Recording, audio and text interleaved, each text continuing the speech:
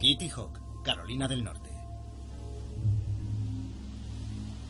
Hace 100 años, en una apartada playa de Carolina del Norte, tuvo lugar un hecho que cambiaría el curso de la historia.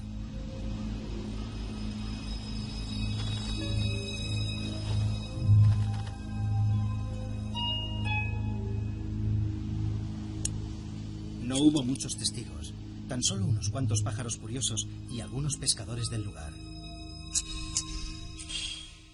Este es el único documento de ese momento histórico, una única y borrosa fotografía. Fue aquí donde un joven fabricante de bicicletas hizo realidad un sueño largamente perseguido: volar. Solo permanecería en el aire 12 segundos, recorriendo 40 metros. Pero fue el primer vuelo impulsado del ser humano. Naturalmente, el primer vuelo en el mundo tuvo lugar muchísimo tiempo antes. Aproximadamente 300 millones de años antes de que el hombre conquistara el cielo. El primer vuelo. Aquellos 12 segundos en Kitty Hawk presenciaron el amanecer de una nueva era para la humanidad. Pero el vuelo había evolucionado de forma independiente en la naturaleza 4 veces. Insectos, pterosaurios, murciélagos y aves. Una de las grandes historias del éxito de la naturaleza.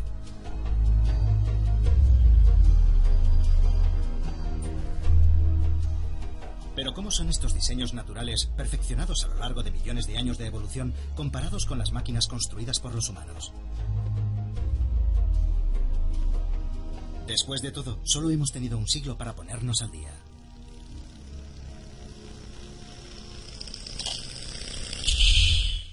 Animados por su éxito, los hermanos Wright volvieron a su hogar en Ohio, decididos a desarrollar y perfeccionar sus máquinas voladoras. Huffman Prairie, Ohio. 2 años después, habían perfeccionado el modelo Wright A, capaz de volar durante casi 1 hora.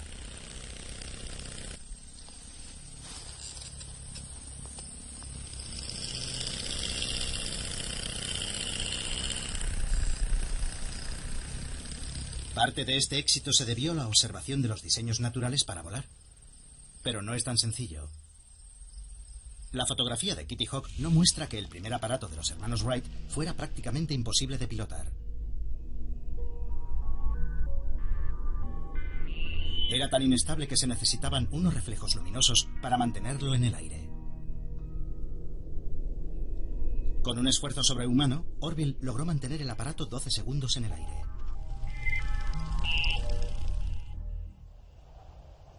Control y estabilidad. La naturaleza también tuvo que superar los mismos problemas. Las aves tienen que reaccionar a los constantes golpes de viento con millares de diminutas correcciones en su vuelo.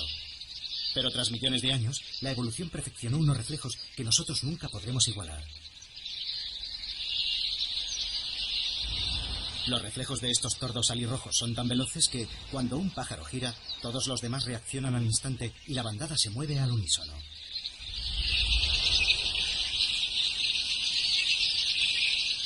Durante el invierno en Carolina del Norte, los hermanos Wright estaban rodeados por bandadas similares, en algunos casos por decenas de millones de pájaros. Tanta maestría en el vuelo debió parecerle un acto de presunción a Orville y Wilbur. Ellos apenas conseguían volar en línea recta unos segundos.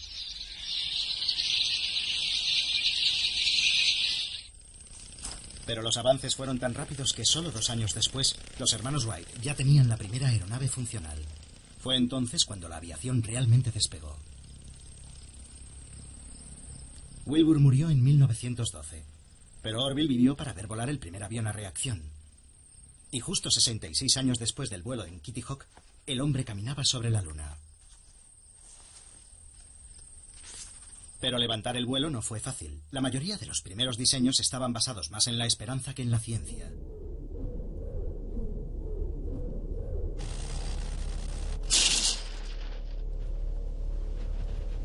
El gran error fue intentar imitar a la naturaleza. Parecía el camino evidente. El batir de alas es perfecto para las aves.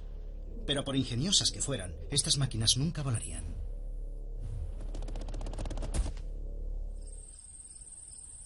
Unos pocos pioneros siguieron un enfoque completamente diferente, preparando el terreno para los hermanos Wright.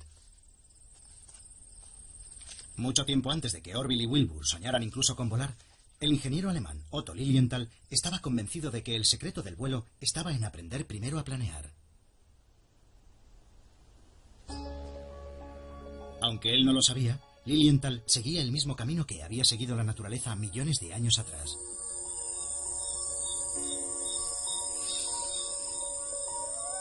Los animales planeadores recorren largas distancias velozmente sin usar mucha energía. Una buena forma de moverse, sobre todo en las alturas de los bosques tropicales. Funciona incluso para los animales más inverosímiles, como las ranas y los lagartos.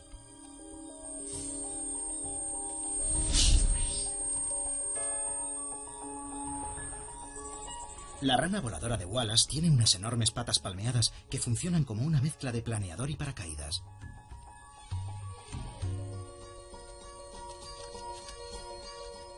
Y el gecko volador tiene una sofisticada membrana que recorre los flancos dorsales hasta la cola y que se abre en el aire como las alas de un planeador.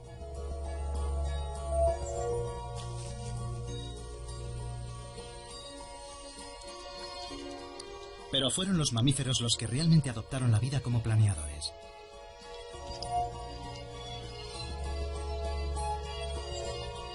En Australia, diferentes tipos de marsupiales, incluido este petauro del azúcar, planean sobre el bosque en mitad de la noche. Como todos los mamíferos planeadores, posee una membrana entre las patas delanteras y traseras.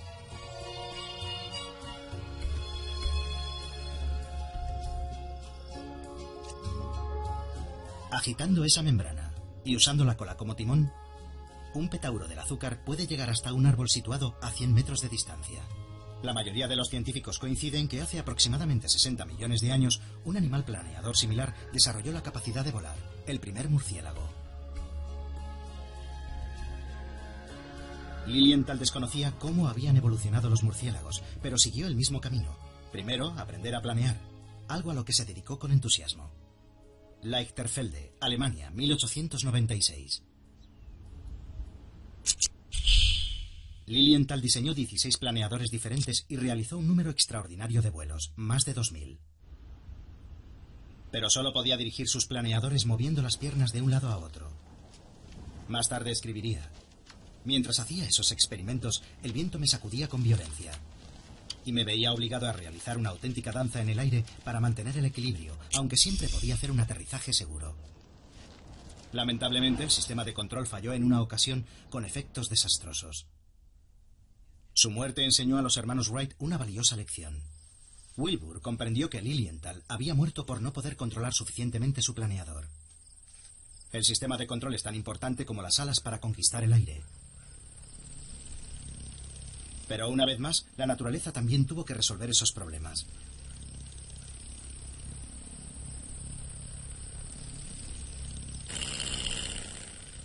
En Ohio, el cielo estaba lleno de maestros del planeo controlado. Los buitres cabecirrojos. Sus alas son muy largas en relación a su peso.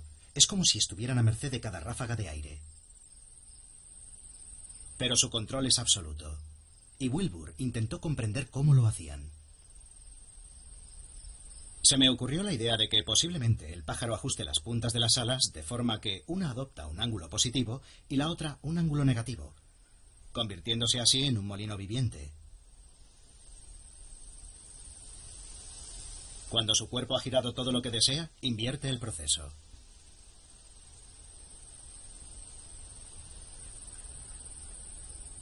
Estas observaciones inspiraron a los Wright la idea para su sistema de control, denominado torsión del ala. Actualmente los aviones no se controlan así, y el sistema era muy inestable en los primeros diseños. Pero pocos años después, la torsión del ala significó poder volar con estilo. Un complejo sistema de cables conectados a la columna central de control tensaba y retorcía las alas, dirigiendo el avión hacia la izquierda y la derecha. Y delante, un grupo de timones de profundidad levantaba o bajaba el morro del avión.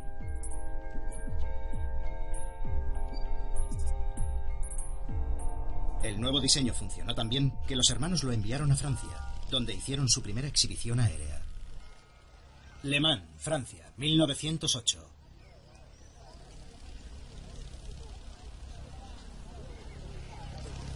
Los hermanos Wright por fin revelaban sus secretos al mundo. Y un grupo de aviadores novatos contemplaban asombrados la exhibición. Entre ellos, fácilmente reconocible por su espectacular mostacho, estaba Louis Blériot, el carismático aviador. Blériot había construido y estrellado varios aviones propios, por lo que estaba extremadamente interesado en saber cómo los Wright podían volar tanto tiempo y aterrizar de una pieza. Blériot comprendió que la respuesta era la torsión de las alas. Pero ni Blériot ni los hermanos Wright sabían que estaban rodeados por los mayores expertos en torsión alar. Los insectos, más incluso que los pájaros, usan sofisticadas formas de torsión para dirigir su vuelo. Pero a diferencia de las aves, los insectos no tienen músculos o tendones en las alas. En su lugar, una compleja red de fuertes venas controladas por los músculos situados en la base les permite retorcer las alas, un diseño similar al del aparato de los hermanos Wright. Los hermanos Wright habían construido, sin saberlo, un gigantesco insecto volador.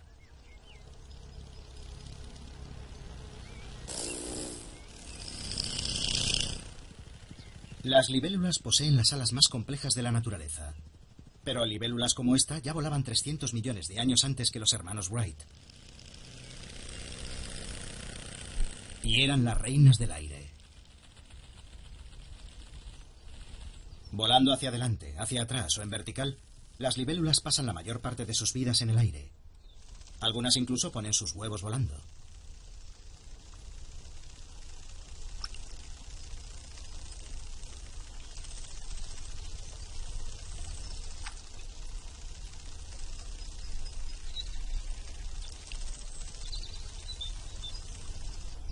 Para controlar su vuelo con tanta precisión, las libélulas tienen unas alas que son una maravilla de la microingeniería. Su complejidad es tal que los científicos aún no entienden del todo cómo funcionan.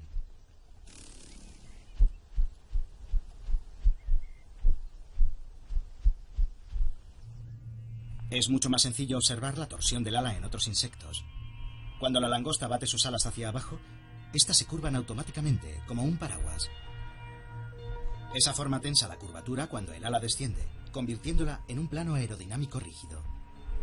Pero también se aplana y alabea al ascender, de forma que el ala ofrece menos resistencia al aire.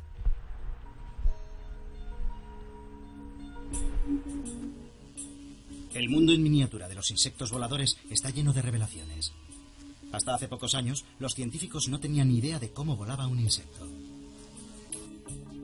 Si la ampliamos a la escala de un avión, el ala del insecto no funcionaría.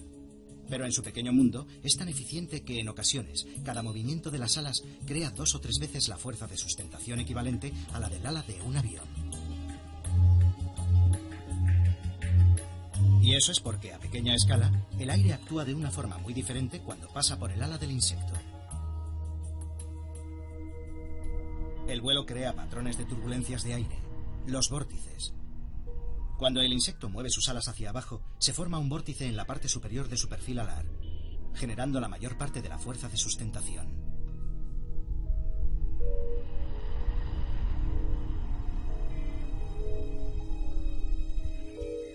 El vuelo permitió a los insectos conquistar el mundo, colonizando nuevos y lejanos territorios. Cada año, mariposas como la vanesa de los cardos, la Colia croceus y la Colia amarilla migran al norte de Europa, algunas desde lugares tan distantes como el norte de África. Otras terminarán encontrándose con el mar. Pero para un insecto que puede volar, ni siquiera el Canal de la Mancha es un obstáculo. ¿Puede el vuelo hacer lo mismo por los aviadores humanos? Calais, Francia, 1909.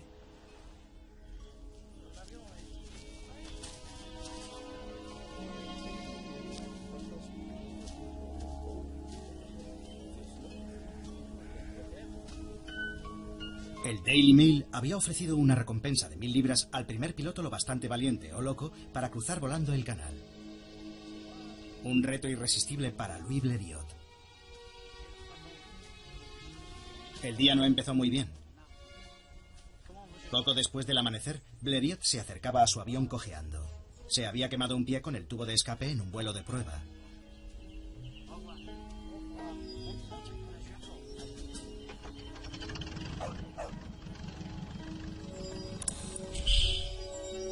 Y el día iba a empeorar. Un perro del lugar, nervioso por tanto ajetreo y ruidos extraños, tuvo un desagradable incidente con la hélice de Blériot.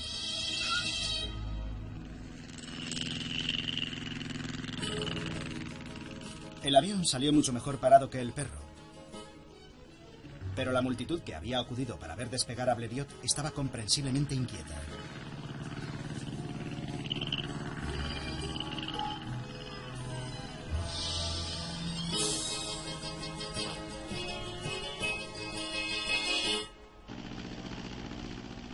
Blériot apuntó su frágil nave hacia Dover. Había calculado que el vuelo duraría algo más de media hora, pero llevaba en el aire más de 50 minutos, por lo que no tenía mucho margen para errar.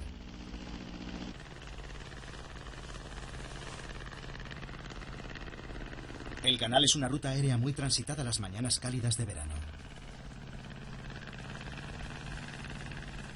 Muchas mariposas no sobreviven al frío invierno británico. Pero volar significa que nuevas emigrantes llegan cada año para recolonizar las islas británicas. Los viajeros de larga distancia necesitan saber con precisión a dónde van. Los insectos usan el sol y el momento del día para trazar su rumbo.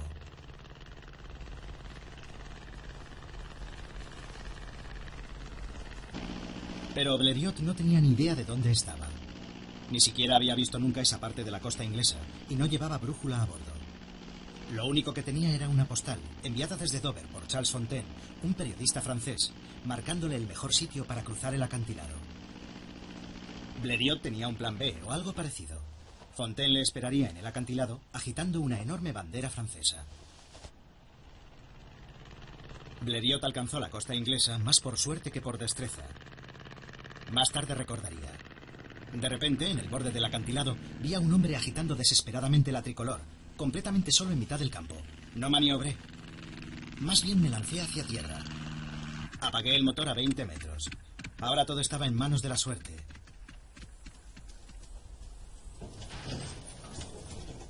El tren de aterrizaje no aguantó muy bien, pero ¿eso qué importaba? Había cruzado el canal.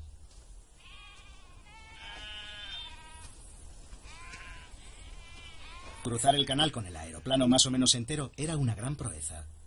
Pero la hazaña es aún mucho más impresionante para una delicada mariposa de 5 centímetros de envergadura. A pesar de ello, cada año miles de mariposas hacen el mismo viaje, algunas incluso desde mucho más lejos. En Norteamérica, cuando se acerca el otoño, las mariposas monarca inician un viaje épico al sur. Las que salen desde el sur de Canadá volarán más de 3.000 kilómetros para llegar a algún bosque en las laderas de las montañas de Sierra Madre, México.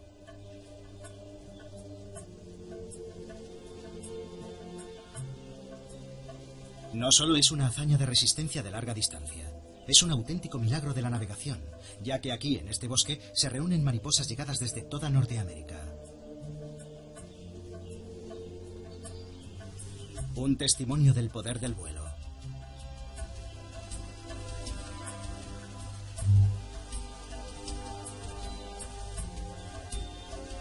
Volar es una forma muy eficaz de recorrer largas distancias, y no solo para los animales y los aviadores.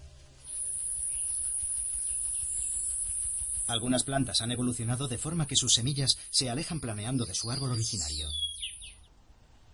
La semilla planeadora perfecta pertenece al llamado, aunque suene inverosímil, pepino volador, Alsomitra macrocarpa, una cucurbitácea trepadora de los bosques tropicales del sudeste asiático. El planeo de estas semillas de 5 centímetros es tan espectacular que inspiró al diseñador austríaco Igo Etrich.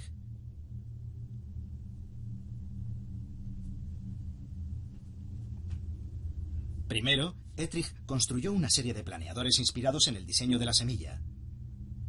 Después diseñó un avión con la esperanza de mantener al imperio austrohúngaro en la carrera por la conquista del aire. Pero el nombre de su avión, Taube, paloma, recuerda su forma de ave, y no la de la extraña semilla que lo inspiró. Ettrich estaba preparado para hacer volar su original diseño justo un año después de que Blériot cruzara el Canal de la Mancha. Wiener Neustadt, Austria, 1910.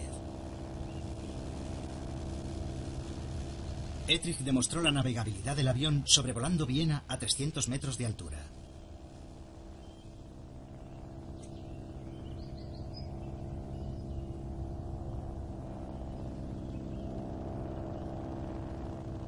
El diseño de Ettrich funcionó tan bien que una compañía alemana inició su producción. Y en uno de los momentos más irónicos de la aviación, la paloma, el símbolo de la paz, se convirtió en el primer avión utilizado para lanzar bombas. Porque Europa estaba en guerra. Norte de Francia, 1917.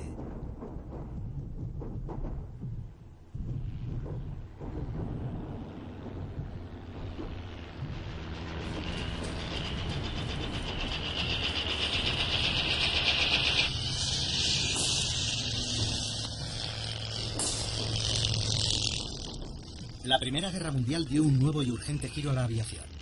Las naciones beligerantes necesitaban diferentes tipos de aviones para diferentes tareas.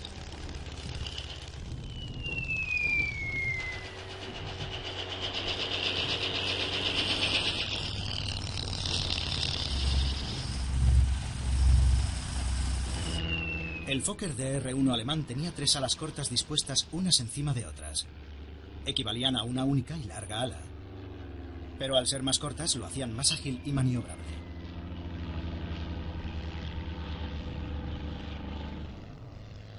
El caza Bristol, su rival, era un biplano más grande con 2 alas más largas. El Bristol no era tan ágil. Pero 2 alas producen menos fricción, por lo que era más rápido. Cambiaba maniobrabilidad por velocidad. La naturaleza también tiene que elegir. Los diferentes voladores evolucionaron para diferentes tareas en el aire. La naturaleza también ha desarrollado formas eficaces para matar.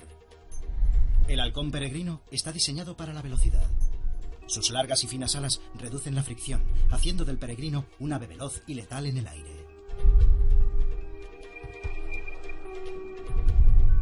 Caza a otras aves en vuelo, y en las costas de Europa, su presa favorita es la paloma.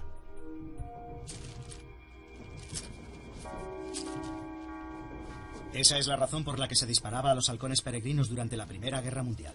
Tenían la mala costumbre de comerse a los vitales mensajeros.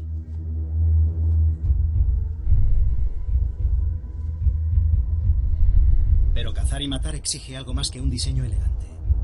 Tanto el peregrino como el piloto necesitan una táctica. En el combate cuerpo a cuerpo, el caza Bristol no tenía ninguna posibilidad de superar al Fokker. Pero en un combate aéreo como este, la altura da ventaja al cazador. Incluso desde lo más alto, la penetrante vista del halcón puede seguir a centenares de metros a una paloma. Y tanto el piloto como el halcón intentarán aprovechar el resplandor del sol para deslumbrar a sus presas.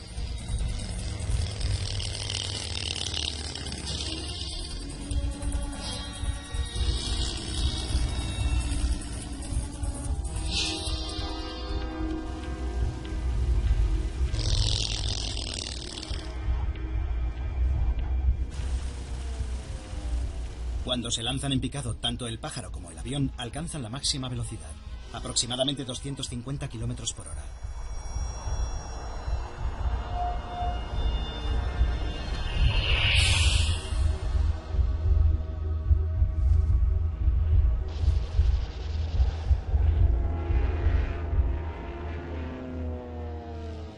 En la naturaleza, los depredadores maniobran a todas las escalas. Estos ojos de alienígena son eficaces y letales detectores de movimiento que escudriñan los arbustos del desierto del oeste americano en busca de cualquier cosa pequeña con alas.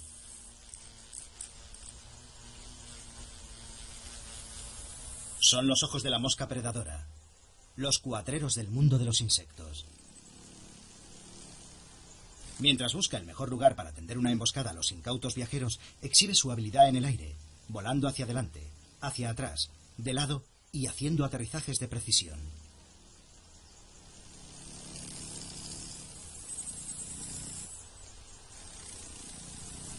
¿Qué convierte a las moscas predadoras en tan hábiles voladoras?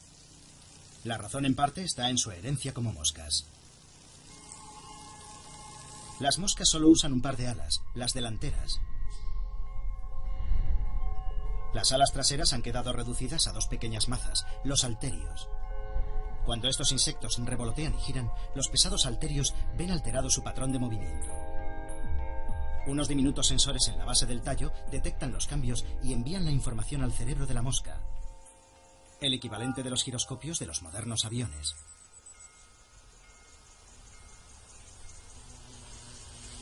Las moscas predadoras usan esta tecnología para hacer vuelos cortos y rápidos de una precisión letal.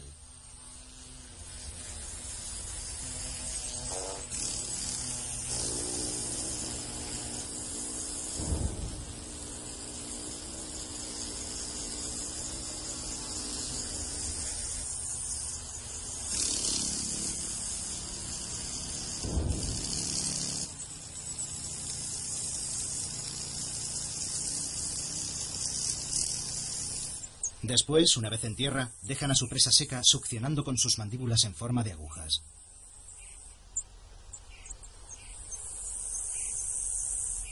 Son tan rápidas que son capaces hasta de capturar a un saltamontes en mitad de un salto.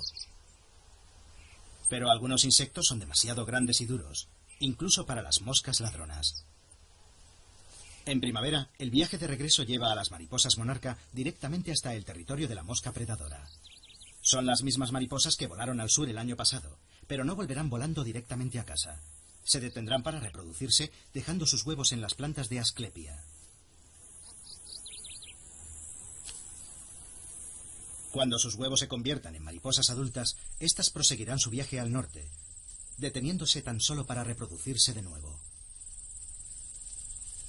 A mediados de verano, algunas de esas mariposas llegarán al sur de Canadá, las tataranietas de aquellas que salieron de México. Algunas llegarán tan lejos como Terranova, en la costa noreste. Un viaje espectacular para una criatura tan pequeña. Tan solo 16 años después del primer vuelo, los aviadores estaban preparados para su primer vuelo de larga distancia. San Juan de Terranova, Canadá, 1919. Dos pilotos británicos, el capitán John Alcock y el teniente Arthur Brown, estaban a punto de enfrentarse a 3.000 ametralladores kilómetros de océano Atlántico.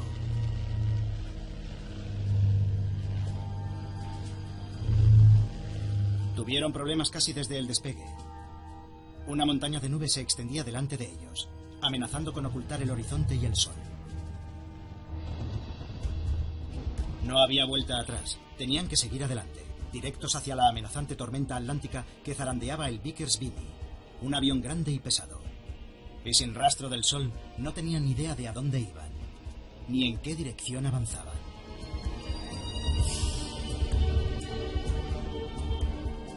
Y ellos no eran los únicos. Todos los años, las tormentas sorprenden y arrastran sobre el océano a algunas mariposas monarca.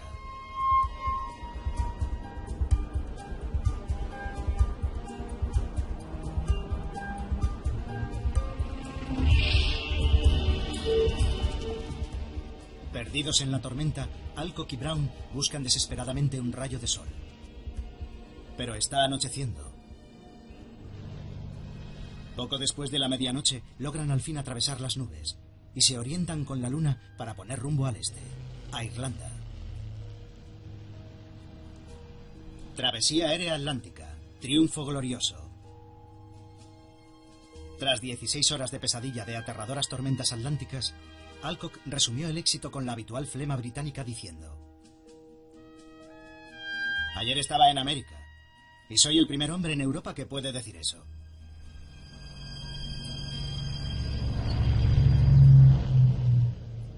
Su maltrecho avión se dirigió a lo que parecía un prado llano.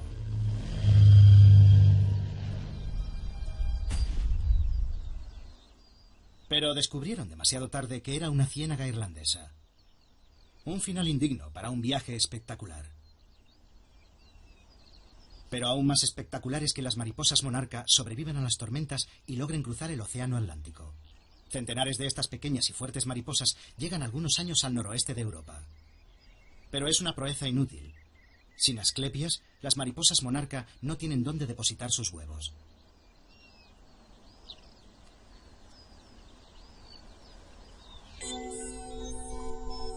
El Vimy, el avión de Alcock y Brown, era un bombardero de la Primera Guerra Mundial reconvertido. Un avión grande para su época. Pero en 1921 un diseñador había soñado con algo mucho más grande. Un conde italiano, Gianni Caproni, construyó el primer jumbo del mundo. Un monstruo de 9 alas con una envergadura de 30 metros. Un hidroavión diseñado para cruzar el Atlántico Norte con más comodidad que el bombardero reconvertido de Alcock y Brown. Lago Mayor, Italia, 1921. El torpe Caproni CA-60 tan solo llegó a realizar vuelos de prueba. Incluso alzó el vuelo, brevemente. Pero esa fue la primera y la última vez que voló. Se había adelantado demasiado a su tiempo. Pero el tamaño no es un verdadero problema para los aviones. Actualmente hay aviones mucho más grandes volando en los cielos. El tamaño es más complejo para la naturaleza.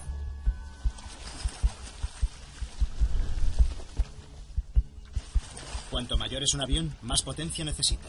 Por eso los ingenieros hacen motores más potentes y eficientes. Pero ¿qué hace la naturaleza que solo dispone de un tipo de motor, el músculo? Y la cantidad de potencia que puede generar el músculo es limitada. Los músculos no pueden crecer para compensar el aumento de peso de las grandes aves, razón por la que el vuelo impulsado tiene un límite de peso máximo. Y el cisne blanco está muy cerca de ese límite. El despegue es lo que requiere más fuerza. Por eso el cisne tiene tantas dificultades para alzar el vuelo. Pero en cuanto alcanza la velocidad suficiente, la fuerza de empuje hacia adelante presiona el aire sobre las alas, generando la fuerza suficiente para mantenerlo en el aire. Una vez en el aire, los cisnes pueden hacer viajes asombrosos. Los cisnes cantores son los viajeros de largas distancias más pesados. Todas las primaveras dejan las islas británicas para viajar 1000 kilómetros sin paradas hasta Islandia.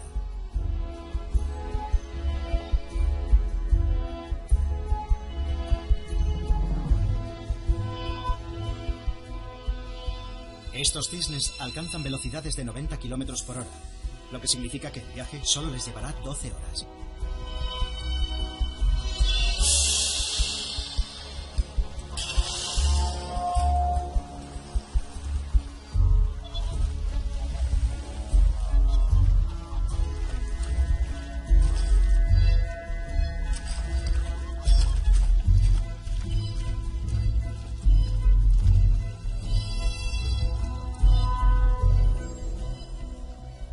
El tamaño determina lo que un animal puede hacer en el aire.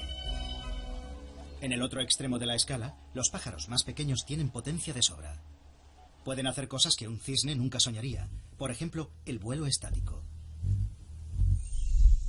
El vuelo estático es costoso, exige mucha energía. Solo los pájaros tan pequeños como los colibríes pueden detenerse en el aire sin restricción de tiempo. Sus alas son más rígidas que las de otros pájaros, pero rotan en la base, girando en el movimiento hacia atrás y generando así fuerza de sustentación en ambas direcciones, de forma que pueden mantenerse estáticos y, si quieren, volar hacia atrás.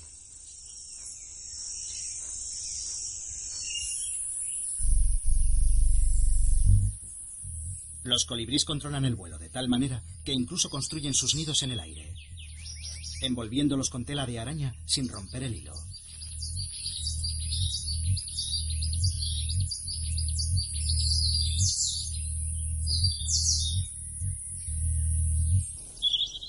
Parece un colibrí, pero es un insecto. Tiene el mismo tamaño y su vuelo estático es tan bueno como el de algunos colibríes. Es una esfinge colibrí. Si reducimos la velocidad 80 veces, veremos que este insecto usa la misma técnica que el colibrí. Rotar las alas para generar la fuerza de sustentación necesaria, moviendo las alas hacia adelante y hacia atrás.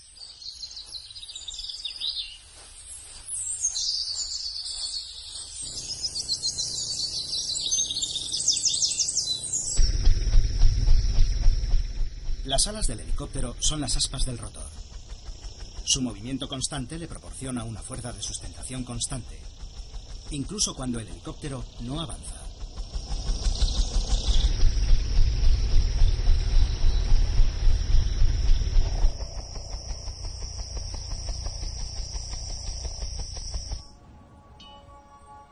A comienzos de 1930, la ingeniería aeronáutica estaba lo bastante avanzada para que los aviadores se embarcaran en aventuras aún más atrevidas y peligrosas. Norte de la India, 1933. En la primavera de 1933, dos biplanos Westland despegan en el norte de la India. En un osado intento de sobrevolar el Everest, a 10.000 metros de altitud. Esa es la altura de crucero de los aviones de pasajeros actuales, pero estos aviones, construidos de madera y lona, tenían carlingas abiertas. Los pilotos, Lord Clydesdale y el teniente de la Fuerza Aérea McIntyre, y los fotógrafos, el coronel Blacker y S.R. Bonnet, solo estaban protegidos por trajes térmicos y oxígeno puro para el momento del ascenso final.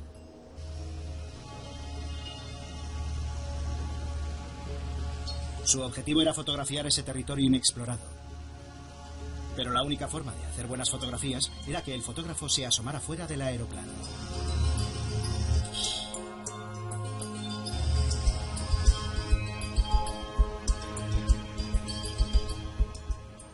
Aún así, en el gélido aire sobre las montañas más altas del mundo hay aves. El ánsar indio pasa el invierno en el norte de la India y anida en la meseta tibetana. Y el único camino entre esos dos mundos es sobrevolar el Himalaya.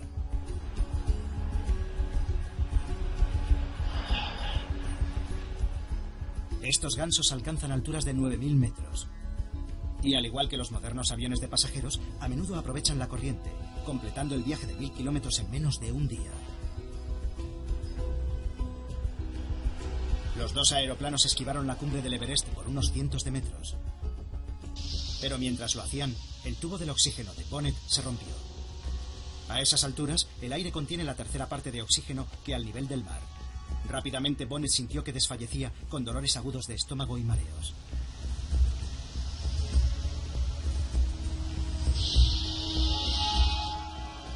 Afortunadamente se dio cuenta del problema a tiempo, encontró la fuga y la reparó con un trapo viejo. Pero ¿cómo puede ser que mientras el hombre apenas puede sobrevivir a esta altura sin ayuda, estos gansos vuelen sin ningún esfuerzo a través del tenue aire?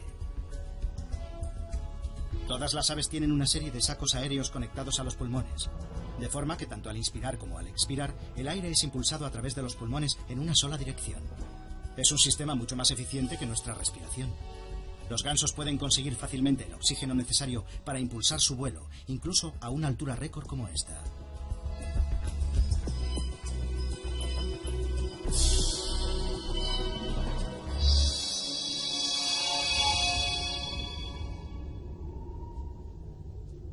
La mayor diversidad de voladores de la naturaleza se encuentra entre los insectos. Los insectos fueron los primeros en conquistar el aire y por eso tuvieron más tiempo para evolucionar. Actualmente existirán unos 30 millones de diferentes especies de insectos y la mayoría de ellas pueden volar.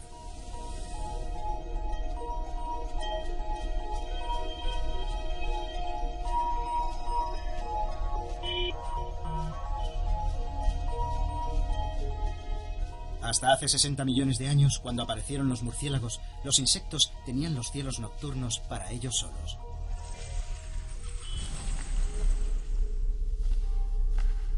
El refugio de la oscuridad llegó a su fin cuando los murciélagos desarrollaron un detector de insectos de eficacia letal, el sonar. Y una vez más, la aviación imita a la naturaleza. Sur de Inglaterra, 1940. Solo 20 años después del final de la Primera Guerra Mundial, Europa vuelve a estar en guerra. Pero esta vez, una nueva invención va a cambiar la guerra aérea. El radar. En 1940, cuando comenzó la batalla de Inglaterra, una red de estaciones de radar se extendió por todo el sur de Inglaterra. Su misión era detectar a los aviones alemanes que cruzaran el canal y transmitir sus posiciones a los escuadrones británicos de cazas. Los primeros radares diseñados eran grandes, burdos y no muy potentes. Pero en los cielos estrellados de los bosques de esa Europa destrozada por la guerra, un sistema de detección mucho más sofisticado llevaba funcionando millones de años. Los murciélagos, por supuesto, usan sonidos, no ondas de radio. Los murciélagos orejudos dorados son voladores lentos pero ágiles que cazan insectos posados en el follaje. Para ello usan silenciosos chillidos de baja frecuencia que no alertan a sus presas. Los insectos solo tienen que moverse 1 milímetro o menos para que el sonar del murciélago los detecte.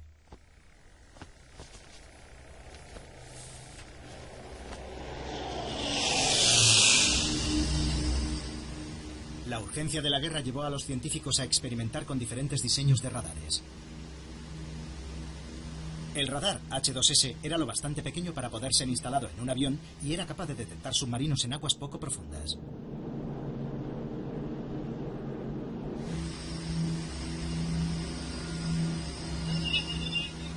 El radar H2S ayudó a hundir más de 250 submarinos solo en la batalla del Atlántico.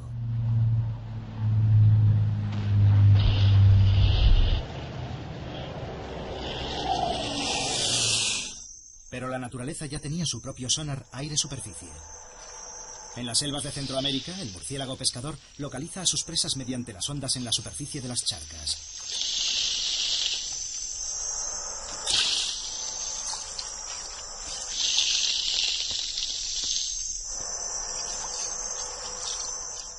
Tanto la guerra como la evolución son una carrera armamentística, un ciclo incesante de medidas y contramedidas.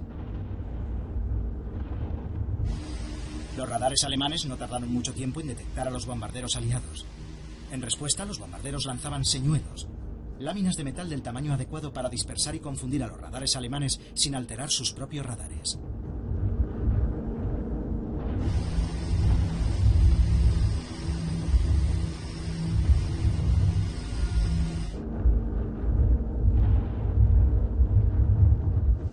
Esta carrera armamentística no es algo nuevo para la naturaleza. Los insectos no se quedaron sentados esperando a ser devorados por los murciélagos. Algunos evolucionaron sus propias contramedidas. La mariposa tigre escarlata posee un veneno que hace que su sabor sea horrible.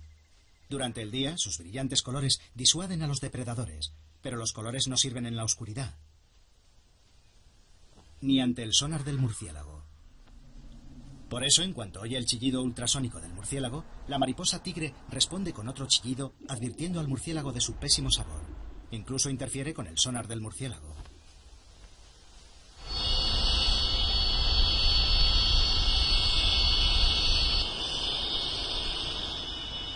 Hoy, un siglo después del primer vuelo, los aviones están por todas partes. Han recorrido un largo camino desde los primeros aparatos desvencijados. Los ordenadores de a bordo dirigen las complejas superficies de mando, reaccionando instantáneamente para estabilizar el avión. Igual que el cerebro de un pájaro controla sus alas con sus rapidísimos reflejos.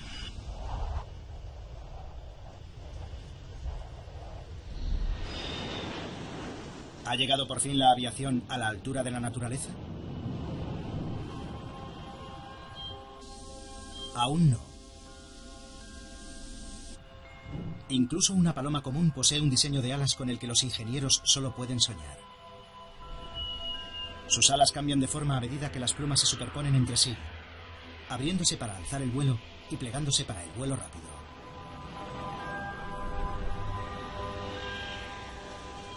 Y a diferencia de las alas de un avión, las alas naturales hacen más que proporcionar fuerza de sustentación. También hacen las veces de motor, generando fuerza de empuje hacia adelante al agitarse.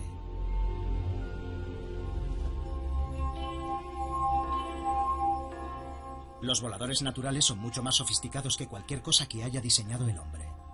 Pero el vuelo humano ha superado a la naturaleza en algunos aspectos.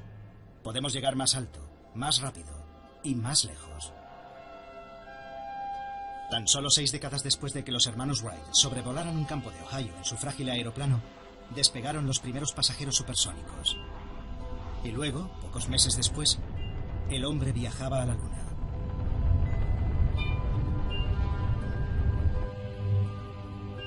El Apolo 11 llevaba una pequeña pieza del aparato original de los hermanos Wright.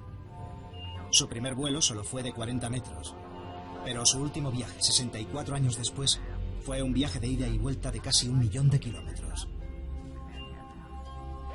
Si hemos llegado tan lejos en 100 años, ¿qué podemos conseguir en el futuro? ¿Aún más alto? ¿Más rápido? ¿Más lejos? Esa habría sido la respuesta hace solo una década. Pero ahora, los ingenieros aeronáuticos comprenden la importancia de algo que la naturaleza ha practicado durante centenares de millones de años. El vuelo evolucionó más de una vez en la naturaleza por su eficiencia energética. Y eso es algo que no puede decirse de aviones como el Concorde. Un siglo después del tambaleante vuelo de los hermanos Wright en la playa de Kitty Hawk, el Concorde se retiraba. Ahora los ingenieros trabajan para hacer aviones con una mayor eficiencia energética. Y en eso aún no han podido superar a la naturaleza. Usando la energía de los vientos del océano Antártico, el Albatros da la vuelta al mundo sin apenas mover las alas. La máxima expresión de un diseño volador eficiente. El Concorde era grandioso y elegante, pero no podía compararse con el resultado de millones de años de evolución. Los primeros voladores originales de la naturaleza.